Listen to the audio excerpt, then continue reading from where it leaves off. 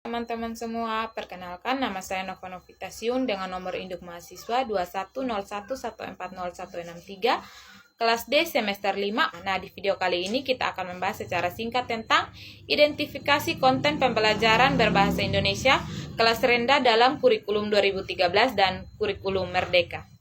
Pertama-tama kita akan mengetahui tentang pengertian konten pembelajaran. Nah, konten adalah informasi yang tersedia melalui media atau produk elektronik.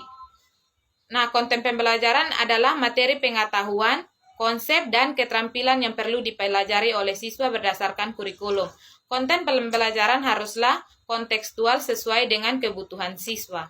Karakter peserta didik di kelas rendah yaitu yang pertama, mengembangkan konsep yang dibutuhkan dalam proses kehidupan sehari-hari. Yang kedua, mengembangkan nilai moral tiga, menanggapi kebebasan pribadi.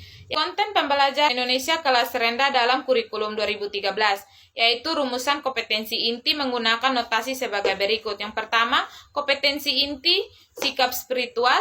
Yang kedua, kompetensi inti sikap sosial. Yang ketiga, kompetensi inti pengetahuan. Dan yang terakhir, kompetensi inti keterampilan. Adapun kompetensi dasar yang dirumuskan untuk mencapai kompetensi inti, rumusan kompetensi dasar dikembangkan dan memperhatikan karakteristik dan kemampuan peserta didik. Nah, yang berikut konten pembelajaran bahasa Indonesia kelas rendah dalam kurikulum Merdeka.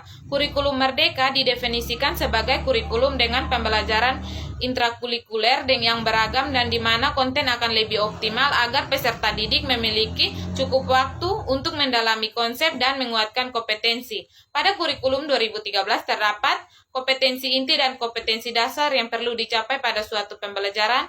Begitu juga dengan kurikulum Merdeka, namun kompetensi inti pada kurikulum 2013 diganti dengan capaian pembelajaran, sedangkan kompetensi dasar yang diganti dengan tujuan pembelajaran.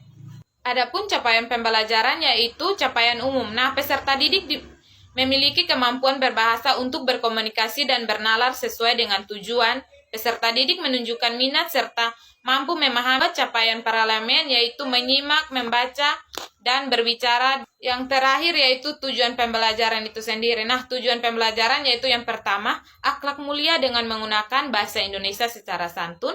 Yang kedua, sikap terhadap bahasa Indonesia sebagai bahasa resmi. Kemampuan berbahasa dengan berbagai teks multimodal yaitu lisan, tulis. Yang keempat yaitu kemampuan literasi, yaitu berbahasa, bersastra, dan bernalar kritis, kreatif. Yang kelima, kepercayaan diri untuk berekspresi sebagai individu yang cakap, mandiri, bergotong royong, dan bertanggung jawab. Yang keenam, kepedulian terhadap budaya lokal dan lingkungan sekitar. Sekian dan terima kasih.